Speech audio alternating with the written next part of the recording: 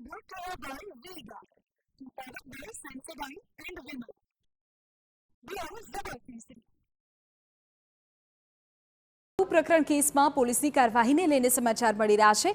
Bootlegger Ranchhod સિંહે ચોંકાવનારા ખુલાસા કર્યા છે અને કોન્સ્ટેબલે જ બુટલેગરને દારૂ સપ્લાય કર્યો હોવાનો ખુલાસો કર્યો। 2 પોલીસ કોન્સ્ટેબલ સહિત હવે 6 લોકો સામે ફરિયાદ નોંધાઈ છે। કેસરિયાથી મન જોગી થયું રે, દિલ ઝૂમે જુઓ મત મસ્ત થયું રે, કેસરિયાથી મન જોગી થયું રે। हर पल मनाओ केसरी त्योहार। विमल, बोलो जुबान केसरी। મોડાસા ટાઉન પોલીસ સ્ટેશનના કોન્સ્ટેબલ મહેશ ડામોરની તો ધરપકડ કરી લેવાઈ છે અને કોર્ટમાં રજૂ કરાતા 2 દિવસના રિમાન્ડ મંજૂર થયા છે।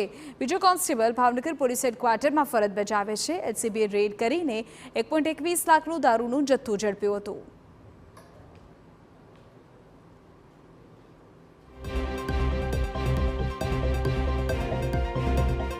અરવલ્લીમાં વધુ એકવાર ખાખીને ડાગ લગાડતી ઘટના સામે આવી છે।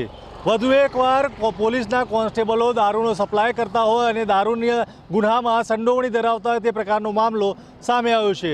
અરવલ્લી એલસીબી દ્વારા બાયડના લીમ ગામે દરોડો પાડવામાં આવતા દારૂનો જથ્થો તો ઝડપાયો હતો, પરંતુ સાથે ઝડપાયેલા બુટલેગરે જે ખુલાસા કર્યા છે તે ચોંકાવનારા છે।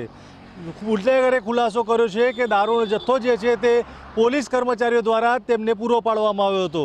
મહેશ ડામોર અને મહેશ ગઢવી આ બંને કોન્સ્ટેબલો જે છે તે આ દારૂના પ્રકરણમાં સામેલ હોય તે પ્રકારનો સંડોવણી થઈ છે। અરવલ્લી પોલીસે એક કોન્સ્ટેબલ મહેશ ડામોરની ધરપકડ કરી લીધી છે। 2 દિવસના રિમાન્ડ પર સોંપવામાં આવ્યો છે અને આ રિમાન્ડ દરમિયાન અનેક ખુલાસાઓ પણ સામે આવી શકે તે પ્રકારની સંભાવનાઓ છે। હાલ તો સીપીઆઈ દ્વારા તપાસ હાથ ધરવામાં આવી છે અને હજુ પણ આ પ્રકરણમાં કોણ કોણ સામેલ છે તે તમામ સવાલો અને તે તમામ દિશાઓમાં તપાસ શરૂ કરવામાં આવી છે। Avnish Goswami, TV9 Aravalli. Brought to you by Vega, powered by Sensodyne and Vimal. We are ZFC.